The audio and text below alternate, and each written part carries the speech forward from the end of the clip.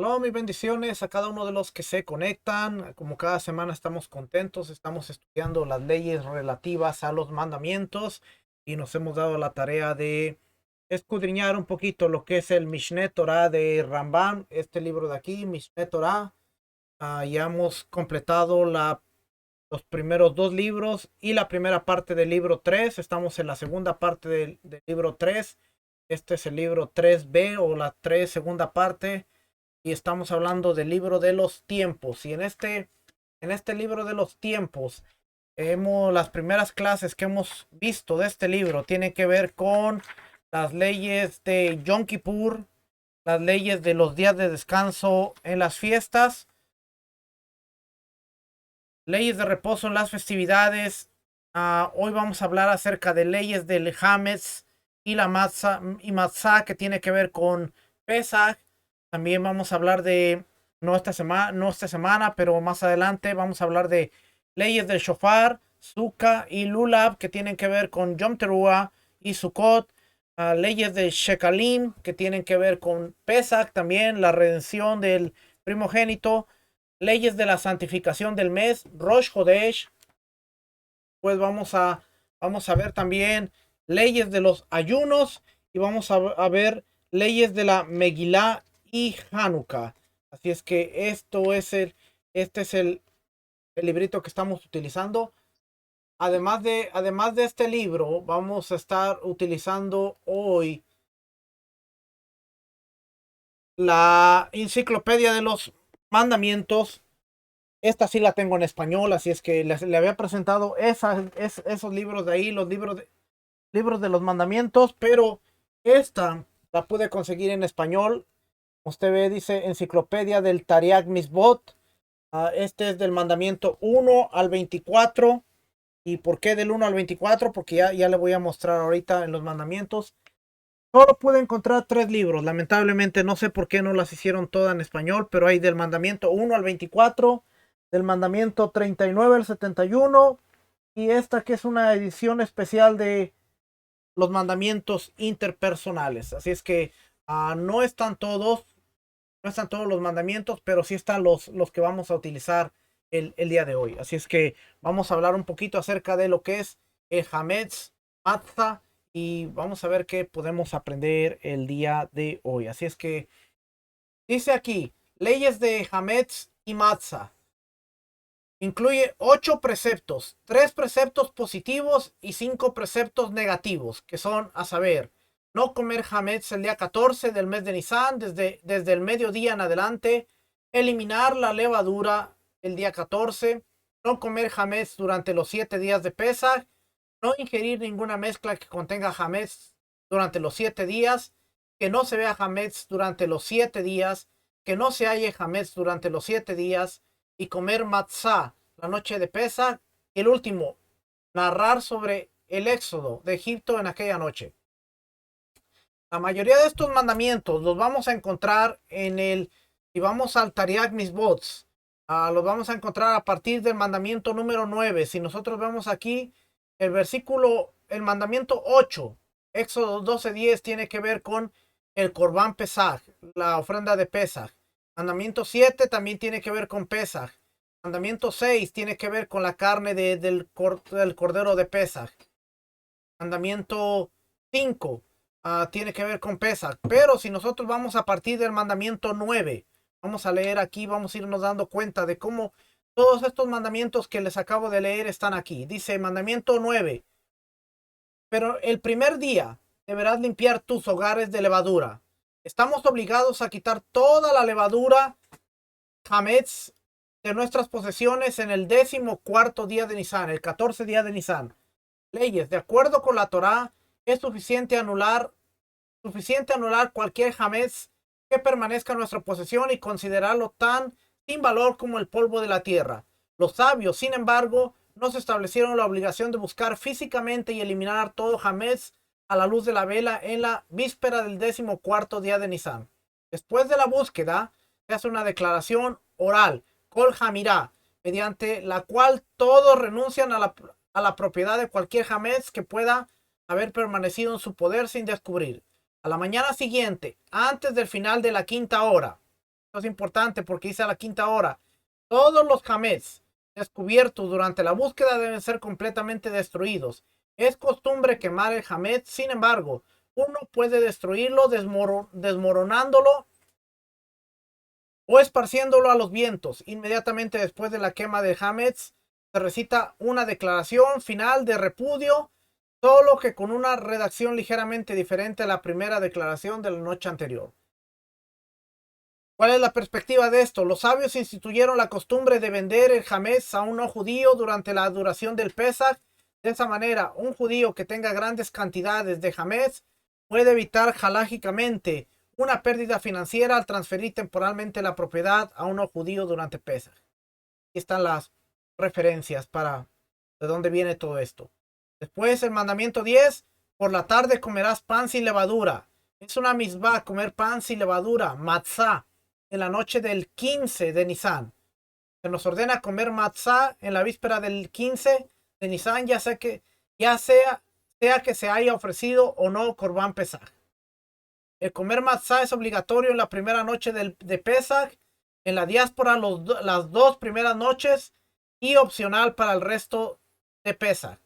La matzah se come las primeras 2 noches, las primeras 2 noches, y debe prepararse específicamente con el propósito de cumplir con la misbah de comer matzah en Pesaj.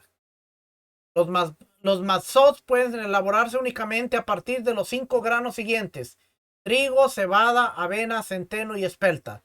Son los 5 granos. Se ha convertido en una costumbre ampliamente aceptada comer solo Shemurah Matzot durante todo el Yom Tov de Pesach, durante la festividad de Pesach. La definición de Shemurah está reservada. En el caso de la matzah, significa desde el momento en que se cosecha el trigo, está protegido del contacto con el agua o la humedad, o podría ser que fermente dando lugar a hametz. Mandamiento 11.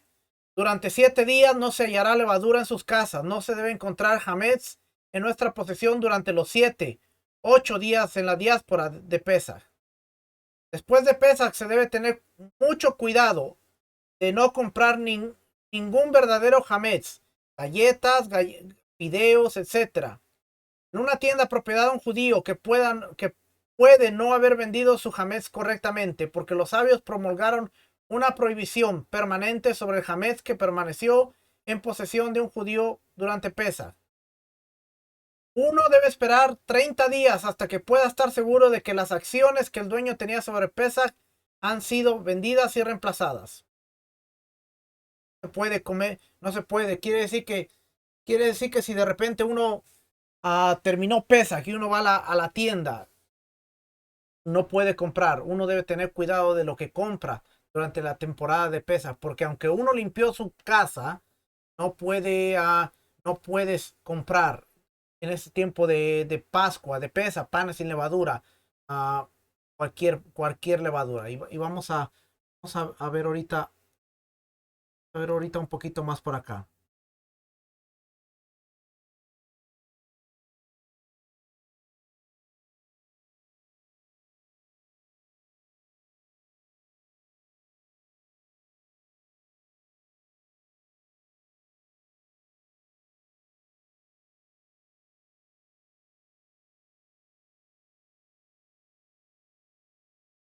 Ahí estamos. Entonces,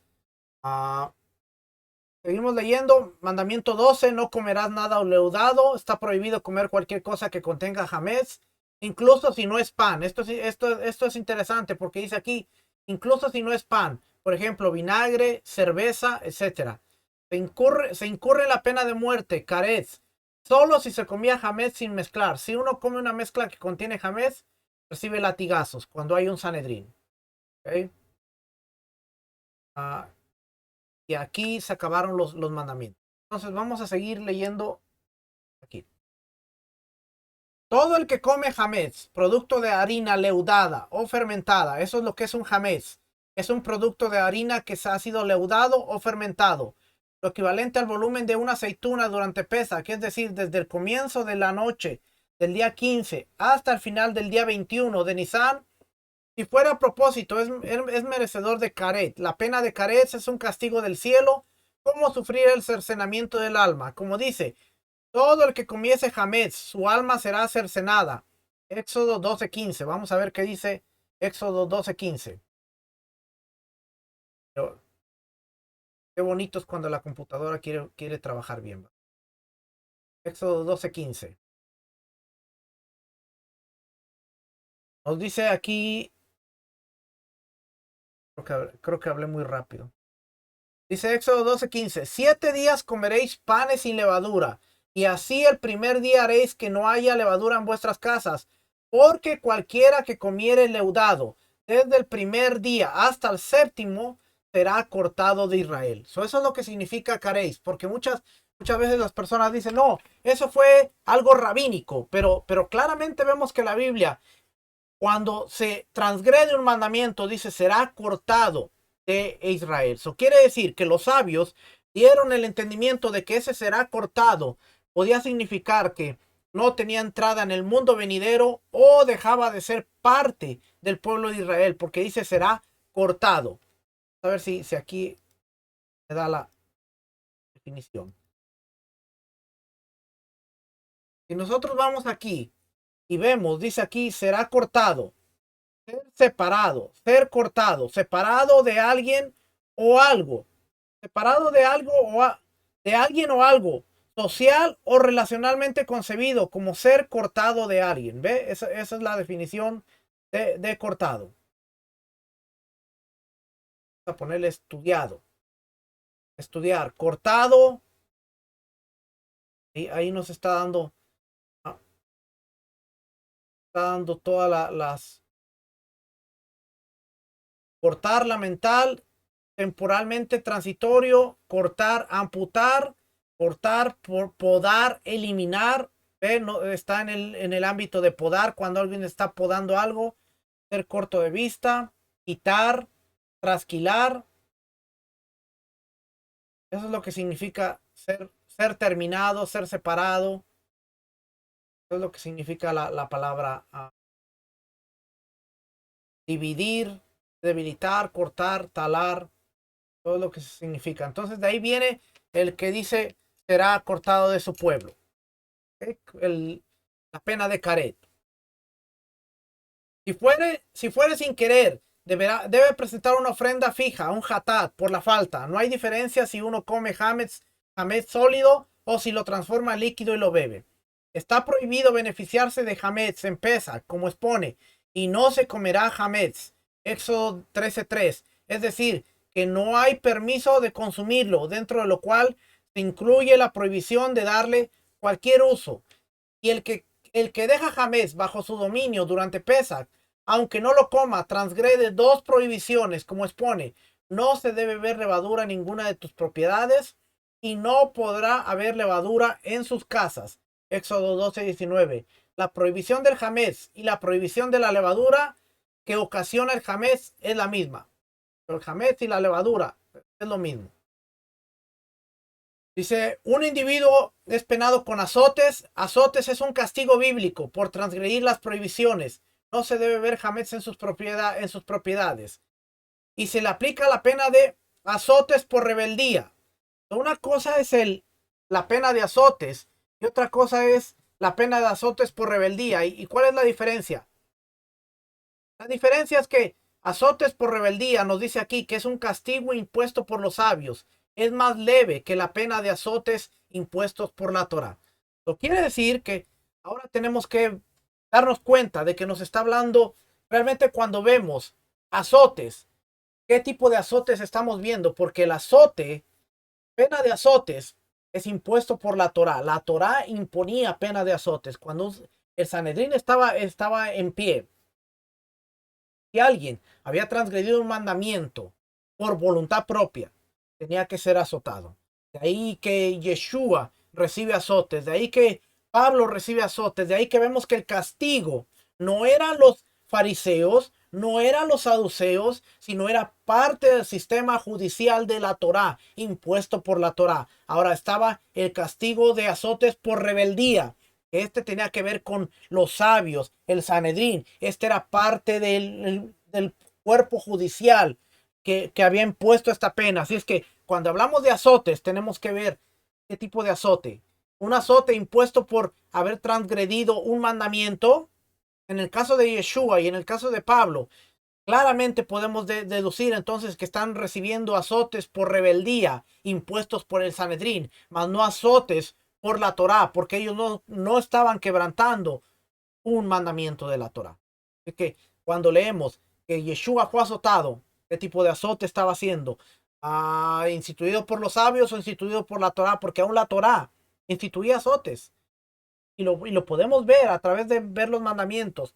Podemos darnos cuenta que muchas veces la pena era el azotar a la persona cuando había sido advertida y voluntariamente decidía transgredir la Torá.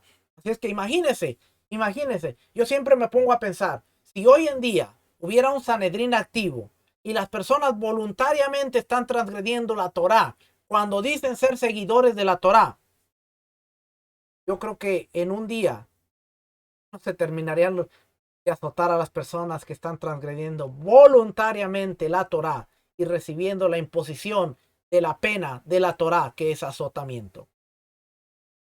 Hermano, la Torá, seguir la Torá cuando estaba el templo y cuando había un Sanedrín era una cosa seria. No es como hoy. Como hoy, si yo quiero lo hago, si no quiero lo hago. Lo que me gusta lo hago, lo que no digo que es rabínico, que es judío, que no es para mí, que yo soy Israel, soy Efraín, pero lo que me gusta, eso sí, son bendiciones, somos Israel y bendito sea el Abacadosh que nos bendice con sus mandamientos, pero lo que no me gusta, bueno, si hubiera Sanedrín, no se trataba de si me gusta o no me gusta.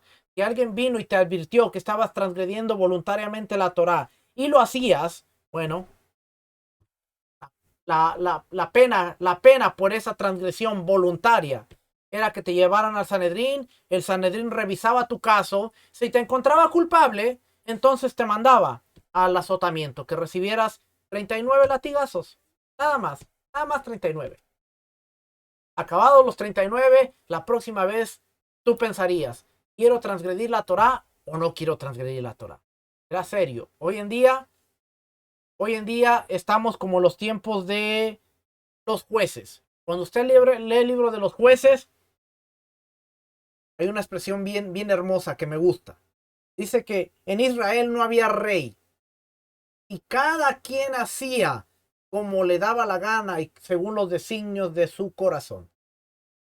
Había 12 tribus, cada tribu hacía lo que quería, conforme ellos creían en su corazón, conforme ellos pensaban, porque no había rey sobre ellos. Hoy tenemos rey, pero realmente no estamos siguiendo la voluntad del rey. Déjenme seguir. Voy a seguir por aquí. Es que azotes por rebeldía es un castigo impuesto por los sabios. Es más leve que la pena de azotes impuesta por la Torah. Oiga, todavía nos dice es más leve, ¿eh?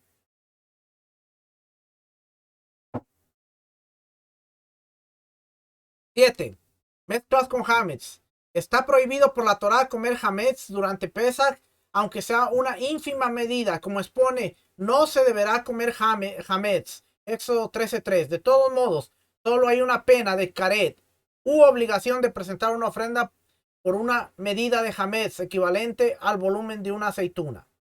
Si alguien comía algo tan pequeñito como una aceituna, tenía que presentar su ofrenda y está prohibido comer hametz a partir del día 14 de Nisan al mediodía en adelante, que corresponde al comienzo de la séptima hora.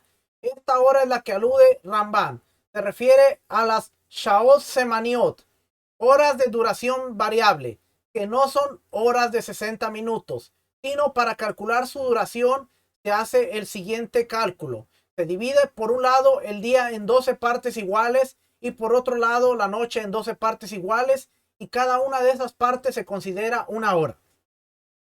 Usted ha escuchado la expresión, de Yeshua cuando dice, ¿acaso el día y la noche no tienen 12 horas? ¿Ha escuchado eso? Y muchas veces usamos la frase esa para decir, no, el día bíblico tiene 12 horas. Bueno, Yeshua, esto yo no lo sabía hasta que lo estudié con Rico y también con Joseph Good aprendí esto. El día en el templo era muy diferente a como se miraba en el mundo fuera del templo. ¿Por qué? Porque en el templo ellos medían el día por horas. Por horas de sol. Eso quiere decir que en los días de invierno, las horas de sol eran más cortas. En el día de primavera, verano, eran más largas. Entonces ellos lo que hacían era que dividían el número de horas de sol iguales. Por ejemplo, 13 horas.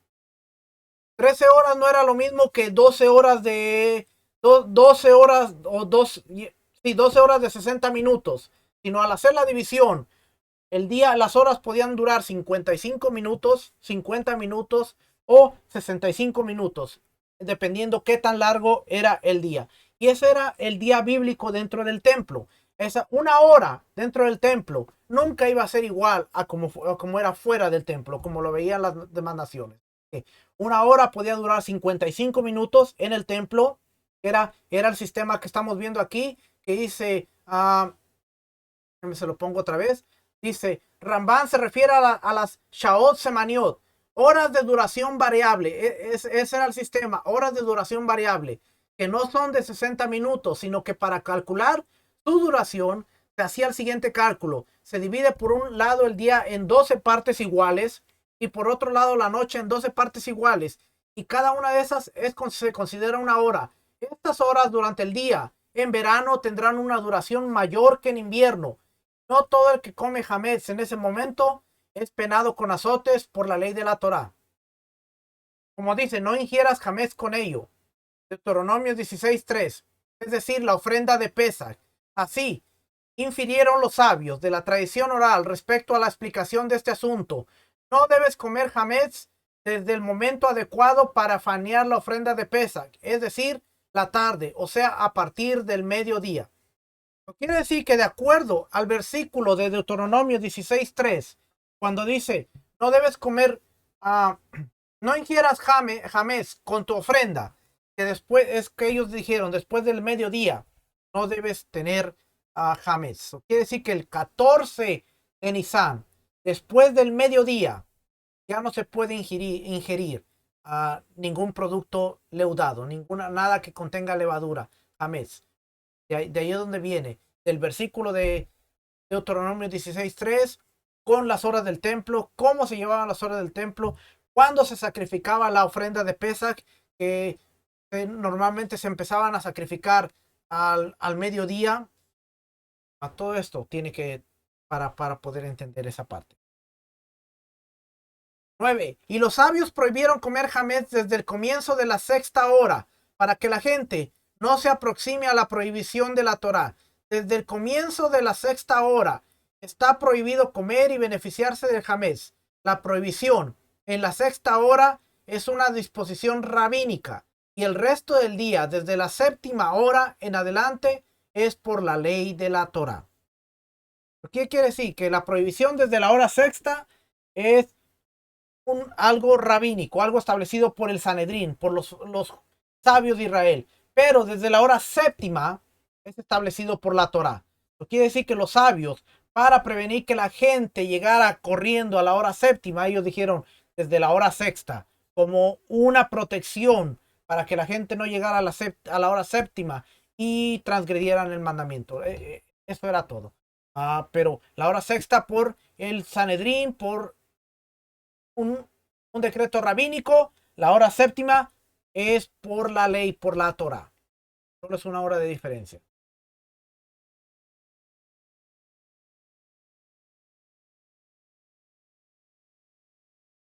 Dice aquí, has aprendido que está permitido comer hametz el día 14 del mes de Nisan hasta el final de la cuarta hora. En la quinta hora no se debe comer hametz, pero se permite tener provecho de él. Y al que come durante la hora sexta se le aplica la pena de azotes por rebeldía. Y al que come hametz desde el comienzo de la séptima hora es penado con azotes por la ley de la Torah. Él lo explica bien. Rebeldía después de la hora sexta porque es un decreto rabínico. Después de la hora séptima es azotes por la Torah. Estás transgrediendo un mandamiento ahora ya de la Torah. Es un precepto positivo de la Torá eliminar el hametz antes de la hora, que está prohibido consumirlo, como expone. El primer día deberán quitar la levadura de sus casas, Éxodo 12:15. Y los sabios infirieron por la tradición oral que el primer día alude al 14 de Nisan. Una prueba para esto se infiere de lo expuesto de la Torá. No sacrifiques mi ofrenda de sangre mientras aún tengas hametz, Éxodo 34:25. Es decir, no sacrifiques la ofrenda de Pesach mientras el hametz siga estando, y la faena de la ofrenda de Pesach tiene lugar en el día 14 de Nisan después del mediodía. De ahí viene, porque Éxodo 34:25 dice no puedes sacrificar la ofrenda teniendo levadura, teniendo hametz contigo. Así es que de ahí es donde viene que tenemos que separar la levadura antes del mediodía del día 14 de Nisan. No es algo rabínico, algo del Sanedrín. Por eso es que me gusta estudiar todas estas leyes, porque a través de todo esto nos damos cuenta de que a veces los argumentos de no, eso es rabínico, fue hecho por el hombre. Podemos ver claramente cómo la Torá es tan específica, pero a veces no la leemos, no la entendemos, pero estudiando las leyes alrededor de todos estos mandamientos, podemos entender muchas cosas.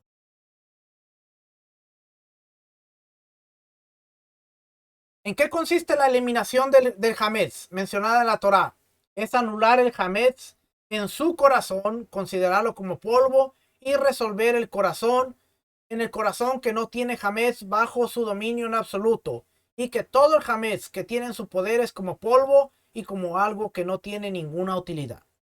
Y por disposición de los sabios hay que buscar hametz en los escondrijos y en los huecos, rastrearlo y sacarlo de toda su propiedad. Asimismo, es una disposición de los sabios que se debe buscar y eliminar el hametz al comienzo de la noche del día 14, a la luz de una vela, porque a la noche todos se encuentran en sus hogares y la luz de la vela es buena para buscar. No se debe establecer una sesión de estudio comunitario al final del día 13 de Nisan. Asimismo, un sabio no debe comenzar a estudiar en ese momento, porque quizás se extienda en su estudio y así omita llevar a cabo la Bediká, que es la búsqueda del hametz al comenzar su momento estipulado.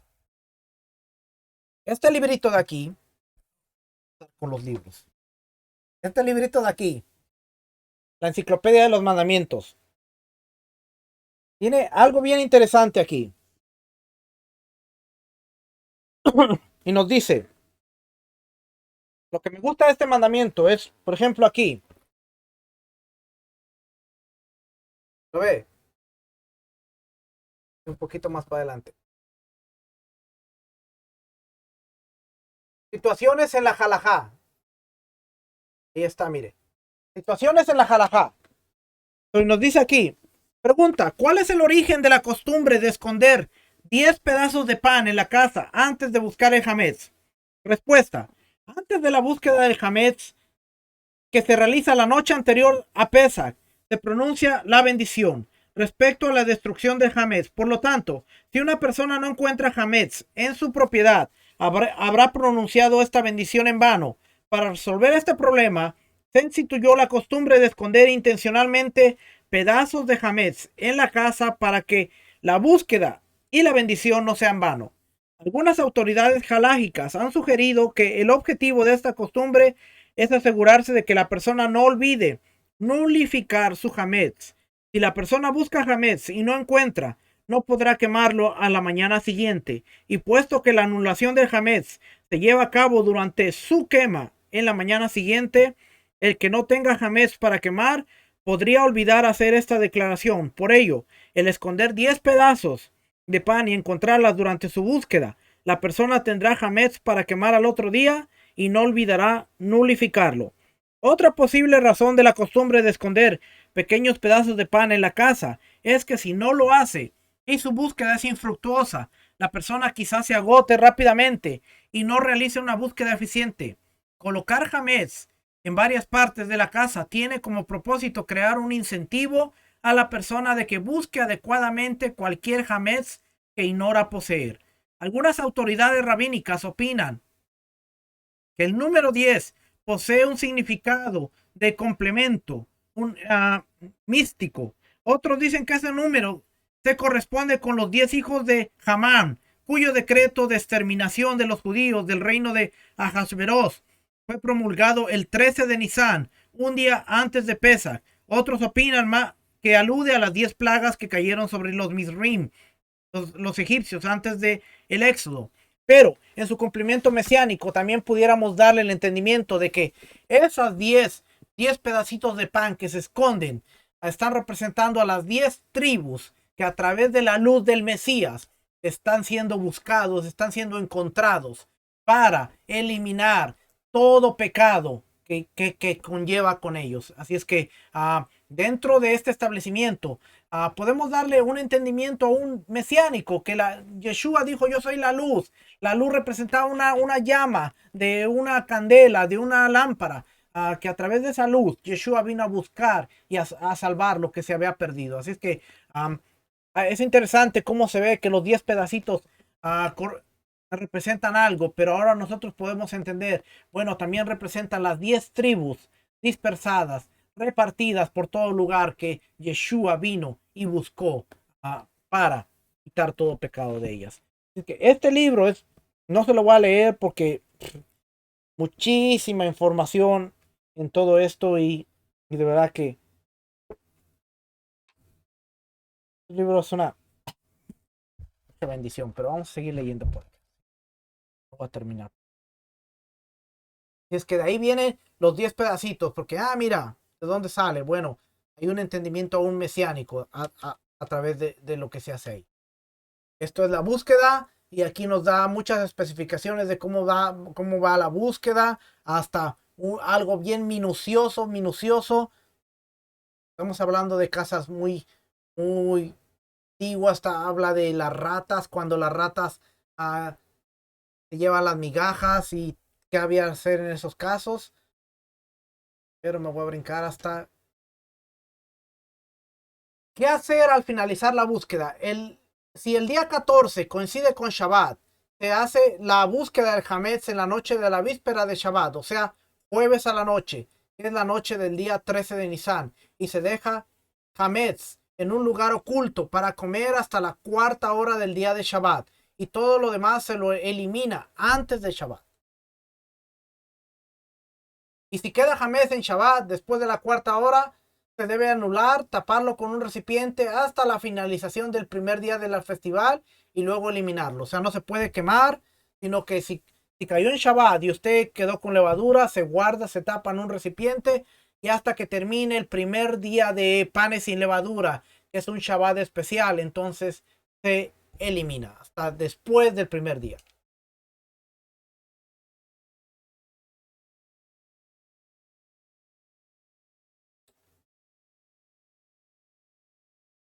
Antes de hacer la búsqueda de Hametz en la noche del 14 de Nisan, o el día del 14, o durante la festividad, se bendice: bendito eres tú, Hashem, Dios nuestro, rey del universo, rey del cosmos, que nos santificó con sus preceptos y nos ordenó lo relativo a la eliminación del Hametz. Entonces se revisa y se busca en todos los lugares en los cuales ingresa Hametz, tal como lo hemos explicado anteriormente. El que hace la bequidá, la búsqueda, después de la festividad, no debe recitar la bendición.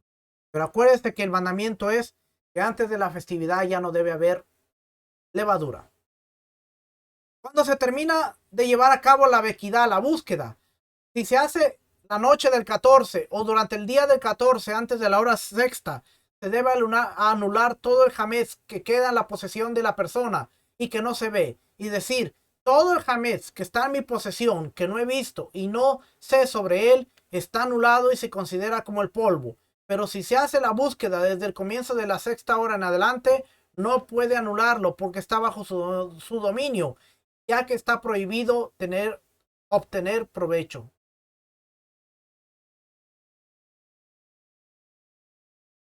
Esto es interesante, mire.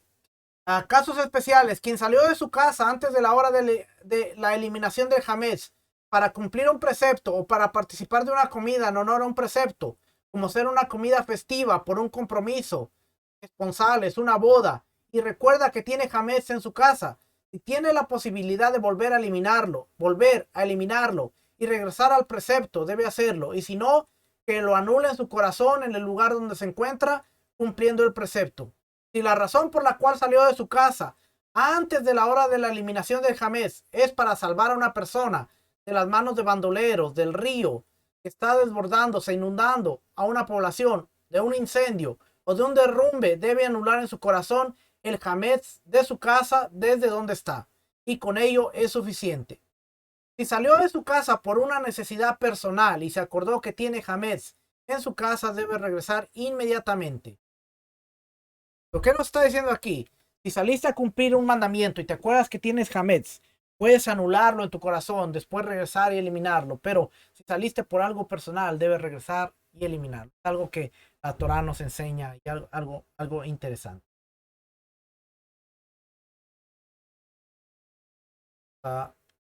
Capítulo 5. La prohibición de Hametz en Pesa se aplica a 5 tipos. Ponga atención a esto, porque esto es interesante.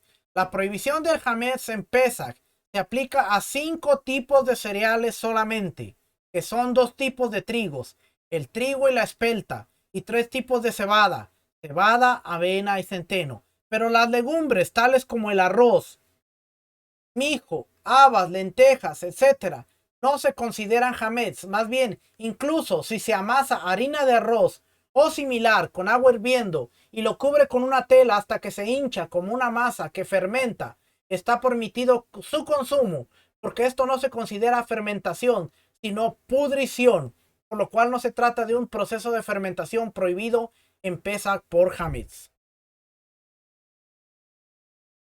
5 granos que están prohibidos durante Pesach, que son el trigo, la espelta, la cebada, la avena y el centeno. Hay muchos, había y todavía sigue habiendo algunos debates en cuanto a qué puedo comer y qué no puedo comer durante Pesach, concerniente al hametz. Algunos dicen, no puedes comer maíz, no puedes comer frijol, no puedes comer esto, no puedes comer lo otro. Nosotros lo hicimos el primer año. Créame que fue bien pesado poder guardar los 7 días de panes y levadura cuando no puedes comer arroz, no puedes comer frijoles, no puedes comer maíz. Y como hispanos sabemos que si nos quitan el maíz, los frijoles y el arroz, pues no nos queda nada, porque parte de nuestra dieta diaria, nuestra dieta alimenticia tiene estos 3 elementos. Ahora, dentro de las costumbres askenazis y sefardís, hay una prohibición de comer estas legumbres, pero es algo ya más después de la era media, de la época medieval, cuando ellos tenían o creían que, por ejemplo, el arroz que tenía contacto con el trigo podía mezclarse y después traer el arroz, y si traía algo de trigo con el agua, se podía leudar, podía hacer una fermentación. Y entonces ellos decidieron separar. Pero esto es algo rabínico y no es algo que venga de la Torá. Ahora, usted puede separarse de todas estas cosas si usted quiere, pero no es algo de la Torá. Usted puede comer maíz, usted puede comer arroz, usted puede comer frijoles, puede comer lentejas, puede comer, siempre y cuando no esté comiendo trigo, centeno, avena, cebada y espelta. Usted está bien, usted puede comer lo demás. Esto es bien importante porque muchas veces ponemos una carga excesiva por no entender qué es lo que nos dice la Torah. La Torah nos dice son 5 tipos de cereales: trigo, espelta, cebada, avena y centeno. Es todo lo que tú te tienes que guardar. ¿Por qué? Porque estos trigos con el contacto con agua producen una fermentación. Los frijoles se hinchan, el arroz se hincha, pero no se están fermentando, simplemente se hinchan. Y cuando se muele este tipo de harina, también la masa se hincha, pero es más como pudrición, microbios que están ahí. No se pudre la masa, sino así se le llama, el proceso de fermentación, que no se está leudando, sino más bien se está haciendo una fermentación. Así es que esto, más bien era esto cuando estoy diciendo que es rabínico, es cuando ellos dijeron, bueno, todas estas legumbres pudieron tener contacto con algunos de los trigos que están prohibidos por la Torá y como salvaguarda vamos a también a prohibirlos. Al día de hoy es muy pocas los grupos que están guardando los kiniyots, se llaman kiniyots, lo que están guardando todo esto. Así que usted va a ver cada año, en el primer año nosotros lo hicimos. Yo dije, no, no, no, pues está prohibido por la Torá y que la Torá y era muy nuevecito hace casi 5 años. Todavía no estudiaba, era alguien que de repente dije, ahora sé cuando realmente no sabía. Por eso decidí verme a estudiar de lleno para poder hacer las cosas de la mejor manera. Ahora, este año que terminamos Pesaj, yo decía, pero ya se terminó tan rápido porque de verdad que uno disfruta. Cuando uno tiene el entendimiento, cuando uno lo hace con corazón, cuando uno está ahí, uno disfruta, uno dice, y otra vez más, ¿no? Usted se come unas tortillitas de maíz, usted se come como hispanos. Tenemos una infinidad de platillos que te alcanzaría para un mes entero de guardar panes y levadura. Es que solo cinco granos. No, yo no. 5 granos. Dice aquí, estos 5 tipos de cereales. ¿No? Es- Estos 5 tipos de cereales, si se los amasa con jugo de frutas, sin nada de agua, no fermentarán. Más bien, incluso si se dejan en reposo todo el día, hasta que toda la masa se hincha, está permitido comerlo. Porque el jugo de fruta no causa fermentación, sino pudrición. Una vez más, estamos hablando de los 5 granos de trigo, que usted los puede mezclar con jugo de frutas en lugar de agua y los puede cocinar. Dice, los siguientes líquidos, entre otros, se consideran jugo de frutas: vino, leche, miel, aceite de oliva, jugos de masa, jugo de manzana, jugo de granada y el resto de los vinos, aceite y bebidas similares. Estos, si no se mezcló con nada de agua, pero si se mezcló con agua, aunque sea una ínfima medida, una medida pequeña, causa que fermente y esto se considera hametz. Son los mismos granos que le dije: a trigo, espelta, avena, centeno. Una vez que tienen contacto con agua, se tiene 18 minutos para que la masa empiece a leudar. No necesita echarle levadura. Única, si usted hace la masa con agua, la harina con agua, después de 18 minutos, la masa va a empezar a fermentar. Y usted quizás haya escuchado el término de masa madre, sourdough en inglés, masa madre, que no es otra cosa más que harina con agua que se ha fermentado, ha crecido y se deja ahí y crece por días. Y si usted toma un pedacito de esa masa madre y la pone a la harina que ha mezclado con agua, esa masa va a leudar sin ninguna levadura, sin nada, porque es el proceso de fermentación de estos granos. Fermentan con agua a 18 minutos después del contacto.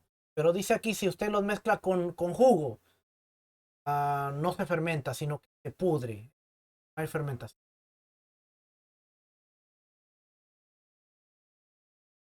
No se debe cocinar trigo en agua. Está permitido cocinar cereales o harina en jugo de frutas.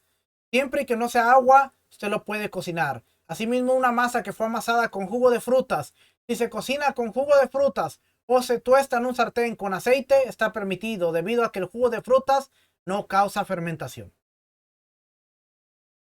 Espigas que se tuestan al fuego y que luego se muelen, no se deben cocinar su harina en el agua porque quizás no se tostó bien en el fuego y resulta que fermentará cuando se cocina. Asimismo, en Pesach, para reforzar ollas nuevas, cocinando en su interior harina con agua, se debe hacer con masa horneada y luego molida. A ver aquí. Interesante que nos habla también acerca de la preparación de comida para animales. Está permitido amasar salvado o harina para alimentar a los gallos inmediatamente o colocarlo delante de ellos y pararse ahí para que no quede ante ellos más tiempo de lo que demora caminar 1 mil mientras picotean o mientras la persona revuelve la mezcla con la mano, no fermentará. Y cuando dejen de comer, se debe lavar el recipiente con agua y verterla en una vertiente. No se debe dejar ahí porque se va a fermentar también el animal. Todo, fíjense, aquí vamos a entrar a esta parte de aquí. Todos los utensilios de arcilla utilizados con hametz en frío se pueden utilizar con matzah en frío, excepto el recipiente en el cual se pone levadura y el recipiente en el cual se coloca el jarosed, pues su fermentación es fuerte. Y aunque el hametz esté frío, igualmente se impregna en el recipiente. Asimismo, las bandejas en las que se amasa hametz y donde se deja hasta que fermenta se consideran como un contenedor de levadura y no se deben utilizar en Pesaj. Y vamos a ver algo interesante. Por eso es que nosotros vemos aquí, dice el 25, todos los utensilios de arcilla utilizados con hametz caliente, ya sea el clean rishon, tales como ollas, o el clean sheni, tales como bandejas, tanto si están untados o cubiertos con plomo, de modo que se quedan como vidrio, como si son de barro directamente, no se deben utilizar con matzá, más bien se dejan para cocinar ahí después de Pesaj. Usted ha visto que dentro de la temporada de Pesaj, antes de llegar a Pesaj, está lo que se llama la casherización. Y en los hogares ortodoxos, los hogares judíos, ellos traen sus ollas, traen todos sus utensilios, sus cubiertos para kasherizarlos, hacerlos kosher, hacerlos kasher. Eso quiere decir que a través de agua hirviendo y a través de un proceso, ellos le quitan todo lo que pueda haber de levadura que se ha utilizado durante todo el año, porque durante todo el año se cocina y se usa levadura. Entonces en Pesach está prohibido y muchas veces los utensilios tienen algo de ahí impregnado. Ejemplo, si usted cocina un pescado, le va a quedar el olor a pescado en la olla, el sartén o lo que usted utilice. Un ejemplo bien claro. Muchos hemos tenido la experiencia del arroz con leche, ¿cierto o no cierto? Pero muchos, especialmente en México, se suelen hacer comidas con picante en la olla. Y si usted utiliza esa olla para hacer comidas todo el tiempo, y un día de repente dice voy a hacer arroz con leche en esta olla, en la que he usado chile por un mes, 2 meses, 3 meses, ese arroz con leche le va a quedar picoso. Te lo digo por experiencia. Mi esposa y yo lo hemos experimentado. Que después de un tiempo ella agarra la olla y dice voy a hacer arroz con leche. Pero esa olla ha sido de uso común para las comidas regulares. Y ese arroz con leche está picoso. No le echó chile, no le echó nada que tuviera picante, pero está picoso. ¿Por qué? Porque está impregnado. Bueno, los sabios nos enseñan que la levadura también se impregna lo que son los trastos. Y por eso ellos usan el proceso de casherización y la llevan a un lugar especial en donde la sumergen en agua hirviendo y hacen todo el proceso para que la olla quede lista para usarse en Pesaj, especialmente durante los 7 días que no haya, que no debe haber levadura, panes sin levadura. Un rabino una vez dio un consejo muy, muy importante y dijo, el mosquito le cayó al café. Rabino dijo, si usted tiene un dishwasher, fíjese bien, no está en una comunidad judía, no hay un lugar donde usted la pueda llevar. Usted lo que puede hacer es que antes de Pesaj, usted meta sus ollas y las pone a lavar. El dishwasher tiene una temperatura alta y al lavarla prácticamente le va a dejar las ollas como si hubiera pasado por el... A veces vemos las cosas y no las entendemos, las juzgamos. Ah, mira los ortodoxos, hasta qué punto llegan, que hasta los cubiertos y esto y todo. Ellos están cuidando de guardar el mandamiento hasta el mínimo detalle, porque si yo sé este cubierto para comer pan todo el tiempo y el pan tenía levadura, bueno, voy a casherizarlo para asegurarme de que realmente no haya nada de levadura, aún hasta los cubiertos, aún hasta los utensilios que estoy usando para comer. Hay muchos lugares en donde vemos que lo que se hace es que llegando el tiempo de Pesaj, esto le va a convenir a las hermanas, llegando el tiempo de Pesaj, se saca la vajilla, se saca los utensilios de cocina, se sacan y se usan nuevos. Hay gente que tiene un set de vajilla, un set de ah, elementos para cocinar, no me acuerdo cómo se llama ahorita, se me olvidó, especialmente para Pesach. Y terminando Pesach, lo guarda y para el próximo año lo vuelve a sacar. Puede funcionar, pero si usted no tiene para tener dos sets, que usted diga, en casa nosotros tenemos dos. Uno que usamos durante todo el año regular y uno especialmente que usamos para Shabbat. Ese no se usa ningún día, así no haya un plato limpio, no se usa, es especialmente para Shabbat. Tenemos especialmente lo que son los platos, las copas, especialmente para Shabbat. ¿Por qué? Porque es una ocasión especial en el que nuestra mesa se viste de gala y se utiliza la mejor vajilla, es la de Shabbat. Terminando Shabbat se guarda y está ahí en la alacena, pero todo el mundo en casa sabe que eso es especial para Shabbat. Pero esto es lo que se hace. ¿Eh? Es que les va a convenir porque llegando a Pesach usted va a decir estrenar ollas para así asegurarnos de que no haya levadura. Tengo que comprar vajillas. Y es que es lo que hacen, pero esto es lo interesante de estudiar. ¿Por qué? Porque cuando estudiamos y vamos viendo estas cosas, entendemos hoy que hay un porqué. Cuando no lo entendemos, tenemos la visión nublada y empezamos a ver a los judíos venir con su morralito detrás y decimos, fanáticos, mira hasta dónde llega la religión ciega, porque mira hasta lo que hacen y todo. Ellos están teniendo un entendimiento aún más elevado de lo que nosotros estamos entendiendo. ¿Okay? Así es que interesante ver estas cosas. Y es parte del proceso de Hametz. Es un precepto positivo de la Torá comer matzá en la noche del día 15 de Nisan, como nos dice, a la noche del 15 de Nisan debes comer matzó, Éxodo 12:18. Esto es en cualquier lugar y en cualquier época. En el versículo, no supedita esto a la ofrenda de Pesach, más bien es un precepto aparte, siendo toda la noche apta para ello. Pero el resto de los días de Pesach, comer matzá es optativo. Si alguien así lo desea, come matzá. Si desea, come arroz, mijo, trigo, tostado o frutas. Solamente durante la noche del día 15 de Nisan es un deber comer matzá. Con comer un trozo de matzá del volumen equivalente a una aceituna se cumple con el deber. Que la noche del 15, durante el Seder, todo el mundo debe sí o sí comer matzá. Y aquí nos da detalles de que si alguien la traga pero no la mastica, está cumpliendo el mandamiento. Si alguien traga el maror, que son las hierbas amargas que se debe comer en el ceder, no cumple con el deber. Es interesante porque a veces decimos, bueno, me lo voy a tragar para no probar el sabor. Está cumpliendo con el mandamiento. El mandamiento es que lo mastiques y que pruebes el sabor amargo y que experimentes amargura.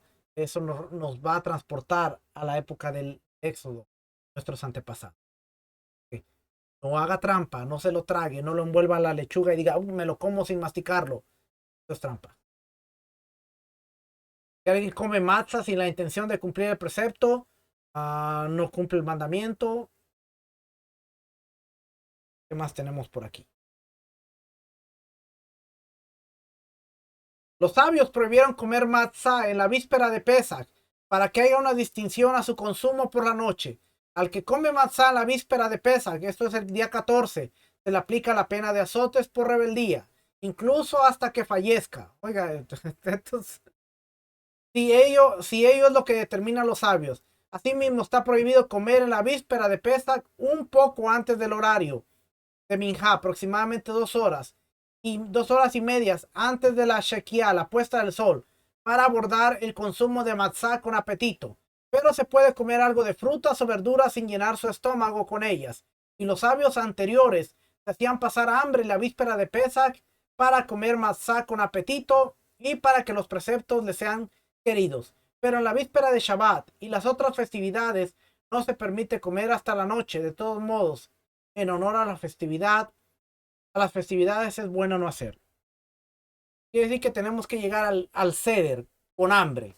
Evitar comer para que cuando nos sentemos al Seder tengamos hambre y comamos el matzá con muchas ganas.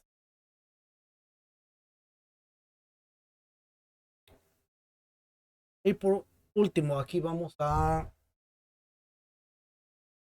el precepto de narrar el éxodo de Egipto, la Haggadah. Es un precepto positivo de la Torá relatar los milagros y las maravillas que le sucedieron a nuestros antepasados en Egipto en la noche del 15 de Nisan.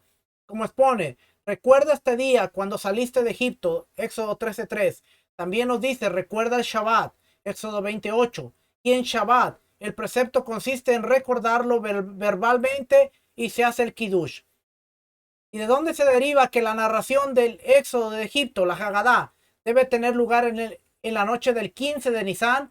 Pues la Torá nos aclara, en ese día, en referencia al Seder de Pesach, le deberás decir a tu hijo, por esto, Hashem obró por mí cuando salí de Egipto, Éxodo 13:8. Y la palabra esto se refiere a los símbolos visibles de la conmemoración del éxodo, cuando la matzá y el maror están servidos ante ti, o sea, en la noche de Pesach, el Seder. Incluso incluso grandes sabios tienen el deber de narrar el éxodo de Egipto. Todo el que se extiende en los relatos que acontecieron y sucedieron es digno de alabanza. Quiere decir que si celebramos Pesach y no estamos llevando a cabo el Haggadah, nos estamos brincando una gran parte de lo que es Pesach. Haggadah contiene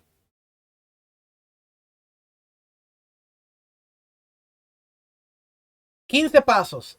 Nosotros usamos cada año, la Haggadah para la familia, y contiene 15 pasos en los que vamos recordando todo desde la salida de Egipto, vamos conectándolo con la era mesiánica. Y bien interesante que aunque este es un recurso ortodoxo, se llama la Haggadah para la familia, podemos aprender muchas cosas y cada año vamos aumentando, cada año vamos aprendiendo más. Este año fue una experiencia aún mejor, pero sabemos que este año que viene deberá ser todavía mejor. Es que ahora se volvió loca otra vez.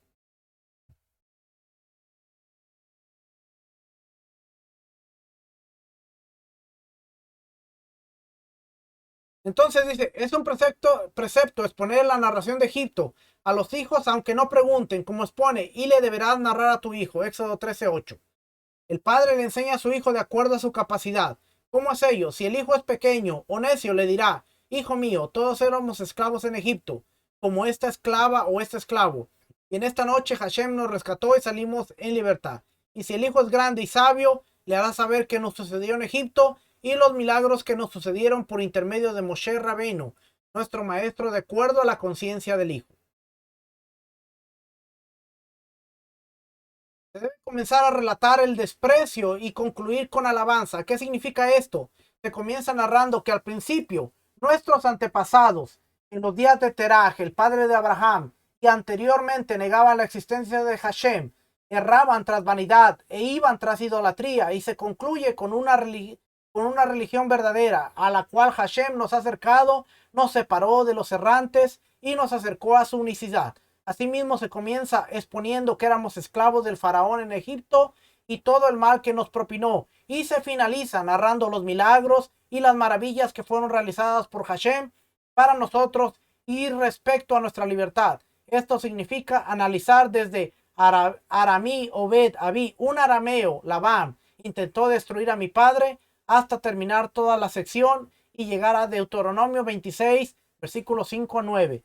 Todo el que incrementa y se extiende en el análisis de esta sección es digno de alabanza.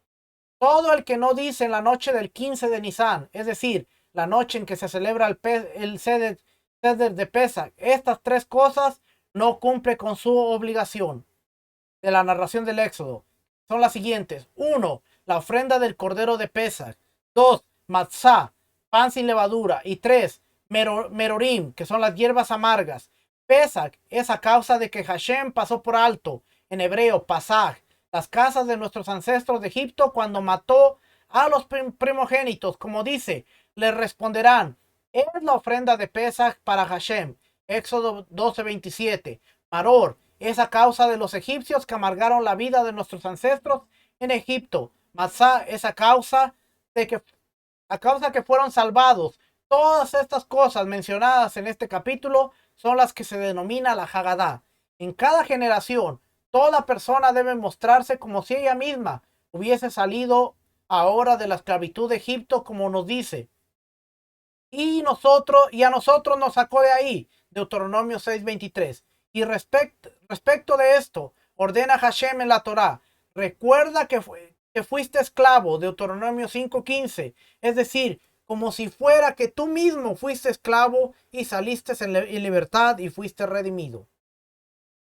El vino de las 4 copas. El vino de estas 4 copas hay que rebajarlo con agua. Hay que rebajarlo con agua para que beberla sea agradable. Todo es de acuerdo al vino y al espíritu del bebedor. El vino de ellos era muy fuerte y difícil de beber sin rebajarlo con agua. En las 4 copas no debe haber menos de un revií de vino puro. O sea, en cada copa debe haber un mínimo de un cuarto de revií, que son 85 miligramos más o menos. Y el resto hasta llegar a la medida de revií de agua. Y alguien bebe las 4 copas con vino no rebajado, cumplió con su deber de beber las 4 copas, pero no de hacerlo a modo de libertad. Si alguien toma las 4 copas de vino rebajadas correctamente con agua, de una vez cumplió con hacerlo a modo de libertad. O sea, en otras palabras, las 4 copas de Pesach no son para que nos emborrachemos. Son para estar recordando la liberación. Gracias. Cada una de estas 4 copas se debe recitar una bendición independiente. Con la primera copa se recita el Kiddush, con la segunda se lee la Haggadah, con la tercera se recita el Birkah Hamazon y con la cuarta se concluye el Halel y se recita la bendición del cántico que alabarán. Entre estas copas, si alguien desea beber, puede hacerlo, pero entre la tercera y la cuarta copa no se debe beber. Bien importante, porque esto lo vemos cuando leemos la Haggadah. Entre la tercera y la cuarta copa no se debe beber, pero antes, si quieres, puedes beber agua, puedes beber cualquier otro líquido. El Hazoret. El Hazoret es un precepto de índole rabínica. Oiga bien, el Hazoret es un precepto de índole rabínica en conmemoración a la arcilla con la que nuestros ancestros trabajaban en Egipto para hacer ladrillos. ¿Y cómo se prepara el Hazoret? Se toman dátiles, higos secos, pasas de uva o similar, se las aplasta y se les pone vinagre o vino avinagrado y especias, tales como se mezcla la arcilla con paja y se coloca sobre la mesa en la noche de Pesach y se sumerge en el amasá y el maror. Ese es el Hazoret. Yo me río cuando leo estas cosas, ¿sabe? ¿Por qué me río? Porque me da risa, porque mucha gente siempre que tiene problemas con las cosas rabínicas. No, eso es rabínico, no, eso es hecho por el hombre, no, eso es hecho por el hombre. Cuando llegamos a la parte donde vemos que el Hazoret es un precepto rabínico, todo mundo que está en contra de las cosas rabínicas tiene el Hazoret, ahí la mezcla de dulce en sus platos de ceder. No que tienes problemas con lo rabínico, eso es rabínico, ¿qué hace ahí? No deberías usarlo. Porque si tú no quieres nada rabínico, si tú, no, eso es rabínico, no es para mí, eso es judío, no es para mí, eso es judío para mí, entonces, cuando se llega al tiempo del ceder, Hazoret, rabínico, no uses eso, no lo, pero a mí me da risa porque a veces cuando yo veo todas estas cosas, la misma persona que dice, eso es rabínico, eso es judío, no, no es para nosotros, y llegan las fiestas, y tú estudias que algo es rabínico, y tú empiezas a ver los platos, y lo único que te queda solamente reír y decir, un día lo entenderán. Un día lo entenderán. Pero así es, mi hermano. Así es. Cuando vamos viendo estas cosas, vamos a hacer muchas. El maror. Comer maror en el ceder. No es un precepto de la Torá. Otra cosa que todo mundo tiene maror en sus platos. No es un precepto de la Torá en sí mismo, sino que está ligado al consumo del cordero de la ofrenda de Pesach. Es un precepto comer la carne de la ofrenda de Pesach con matzá y maror, hierbas amargas. Y es disposición de los sabios. Se come el maror solo aún sin la ofrenda de Pesach. Las hierbas amargas mencionadas en la Torá son lechuga, escarola, endivia, no me pregunte qué es eso porque no sé, jarjabina, que es un tipo de planta, ajenjo. Cada una de estas 5 especies de verduras se denomina maror, y si alguien come una de ellas o de las 5 combinadas, lo equivalente al volumen de una aceituna, cumplió con su deber. Si están frescas, se puede cumplir el deber con su raíz, incluso si está seca. Pero si el maror fue hervido mucho tiempo, sumergido en vinagre, o bien 24 horas en agua o cocido, no sirve para cumplir el deber porque pierde su amargura. Algo instituido por los sabios también. Maror. Ya no voy a decir nada. Déjenme terminar aquí. Capítulo 8. El Seder, orden del cumplimiento de estos preceptos durante la noche del 15 de Nisan. En el siguiente, primero se sirve una copa de vino. A cada uno de los presentes se bendice. Barú ata Adonai, Boré pri agafen, quien crea el fruto de la vid, y se recita sobre ella el Kiddush, la bendición del tiempo, es decir, Sheheyanu, y se bebe. Luego se dice al Netilai Adaim y se hace el lavado ritual de manos. Se trae una mesa servida en la cual debe haber maror y otra verdura, matzah, hazoret, el cuerpo entero del cordero asado de la ofrenda de Pesach, cuando se podía asar el cordero, y la carne de la ofrenda Hagigá. Oiga bien, fíjese bien, porque dice aquí, el cuerpo entero del cordero asado de la ofrenda y la carne de la ofrenda Hagigá, festiva del día 14. Esta es la razón por la cual en el Seder hay un huevo. No tiene que ver nada con Easter, el conejo que pone huevos. No tiene que ver nada con el Babilonia, con que es algo traído de Babilonia. El huevo está ligado a la ofrenda Hagigá, la ofrenda especial que se traía el día 14.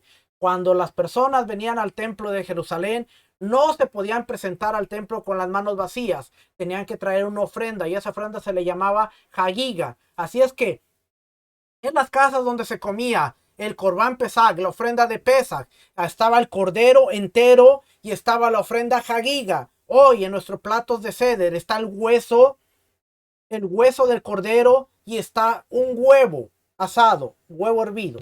¿Por qué? Porque los que no estudian el templo y los que no estudian estas cosas dicen el huevo es babilónico y lo trajeron del paganismo de Babilonia. Está conectado con el templo, la ofrenda Hagiga, la ofrenda especial. Cada persona tenía que comer en la casa donde se reunía. Gracias. Así es que la Hagiga ahí está.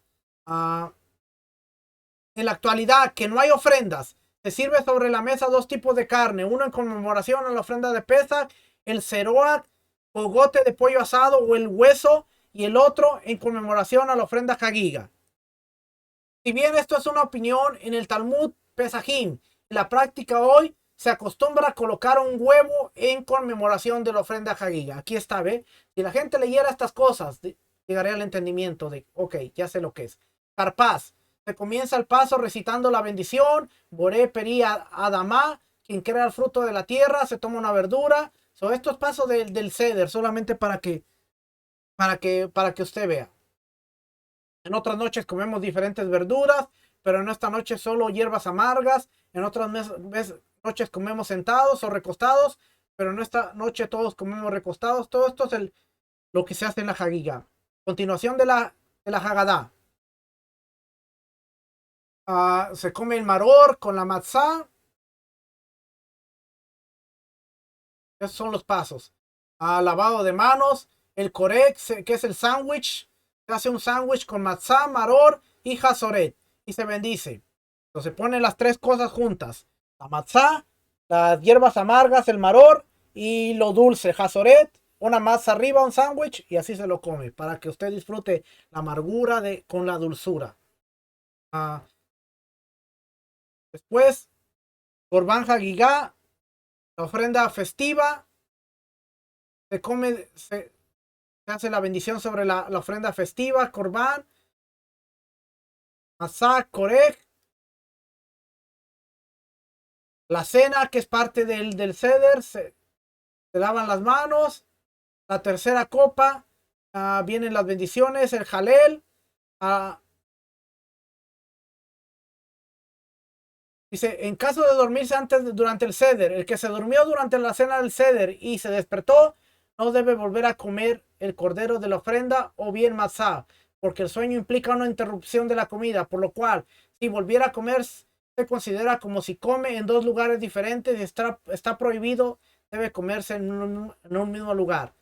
Nadie se duerme con nosotros porque lo despertamos. Es que la Hagadá, aquí nos sigue dando detalles de la Hagadá.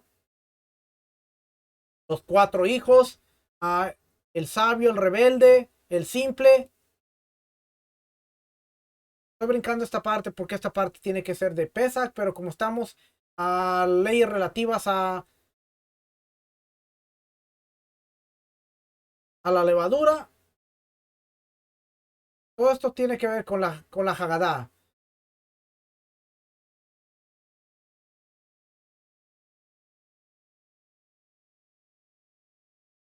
Dice, y al final, aleluya.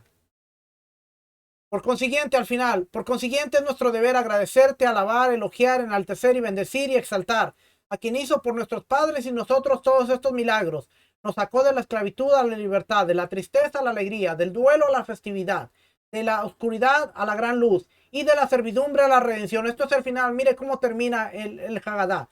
Por lo tanto, digamos ante él, aleluya, alaben a Hashem. Aleluya, alaben servidores de Hashem, alaben el nombre de Hashem, sea el nombre de Hashem bendecido hasta la peña del manantial. Bendito eres tú, Hashem, Elohim nuestro, Rey del universo, que nos redimió y que también redimió a nuestros padres de Egipto y nos hizo llegar esta noche para comer matzá y maror.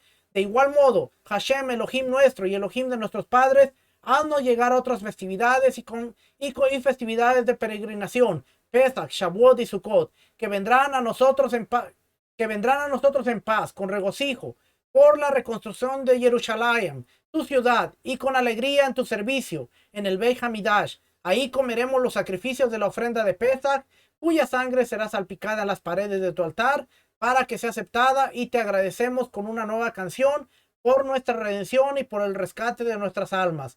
Bendito eres tú, Hashem, que redimió a Israel.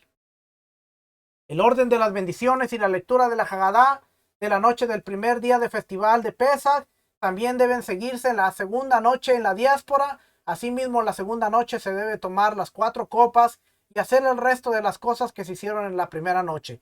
Y esto lo estudiamos la semana pasada y vimos cómo había 2 días en la dispersión, y termina esta parte diciendo, bendito el misericordioso que nos provee su ayuda. Y es que, como usted puede ver, le leí de todo este libro, no le pude leer de la enciclopedia del Tariag Misbot, ni tampoco le pude leer de el Shulchan Aruch, pero el Shulchan Aruch en la parte 170, página 176, 176, si me acordé de la página, no la marqué. Página 176, dice 175, Pesach, 176, prohibición del Hametz, la Matzó, a productos de Hametz y Kasher para Pesach, 179, utensilios de Pesach, su kasherización, página 179, clases de utensilios y aparatos, 181, búsqueda y eliminación del Hametz, página 182, venta de Hametz, página 185, ayuda a los necesitados para la fiesta, página 186, víspera de Pesach, 188, víspera de Pesach que cae en Shabbat, 189, la mesa del Ceder, 191, el orden de la noche del Ceder, 193, y empieza el orden, hierbas amargas, el relato de la Hagadá, página 197, Maror, consumición con las lechugas, 201, el aficomen, 203, Jalel, recitación de los salmos Jalel, 205. Shacharit del primero y segundo día de Pesach. Arbit, oraciones, Minjá del día de Pesach, 208. Las cuatro parashas entre los días de panes sin levadura. Y hasta llegar a la cuenta del Homer, página 211. Es que si nosotros quisiéramos hablar, pudiéramos hacer una serie de 10 programas de solo lo que es Pesach y el Hametz, la levadura, pero queda claro que lo más importante es asegurarnos de que no haya levadura. Ahora, usted puede llegar a decir, bueno, yo quiero aún irme hasta el punto en que mis utensilios, mis trastes de cocina, mi vajilla esté completamente libre, lo puede hacer, pero ya eso ya queda a discreción de cada persona. Lo importante es que usted se asegure de no tener ninguna levadura. La pregunta que me hacen cada año y el consejo que yo les doy cada año, ¿qué hacemos con los alimentos? Bueno, sabemos que 2020, 2021 y 2022 y 2023 no sabemos. Con eso que se habla de recesión en Estados Unidos y en la mayoría de países donde habrá escasez de comida y habrá muchas cosas de lo que se habla. Se debe quemar la levadura, se debe quemar, se debe tirar todo lo que usted tiene de levadura. Yo siempre le digo a la gente, si usted tiene contenedores, guarda todo, lo mete en un closet, lo mete en un lugar que esté alejado de su vista, de modo de que no lo tenga ahí presencial, físico, usted puede cumplir un mandamiento. Que no podemos llegar al extremo de decir, voy a destruir la comida que dentro de un mes me va a hacer falta. Tenemos que ser sabios, sí, vamos a guardar los mandamientos, vamos a enfocarnos en guardarlos lo mejor dentro de nuestras posibilidades, pero el yo decirle, no, usted tiene que destruir toda la comida cuando sabemos que estamos viviendo una situación difícil, no es un buen consejo. Es que guarde contenedores, tenga contenedores, guárdelos, métalos en un cuarto que no use, métalos en un closet. Lo importante es que estén fuera del alcance donde usted no los vea. Y de esa manera podemos guardarlo. Podemos llegar a ese extremo en el decir, no, no, no, es que el mandamiento bíblico dice hay que destruirlo. Y después hay una escasez de comida y usted, que debemos ser sabios, especialmente si usted tiene guardado suficiente alimento y que de repente usted diga, tengo que tirar todo lo que sea deudado. Um, Recomendación, 2 meses antes de Pesaj o 3 meses antes, empiece a guardar, empiece a ver lo que usted está consumiendo, empiece a hacer cambios paulatinamente para cuando usted llegue al día de Pesaj ya no tenga mucho que sacar. Nosotros lo hicimos este año, ¿sabe?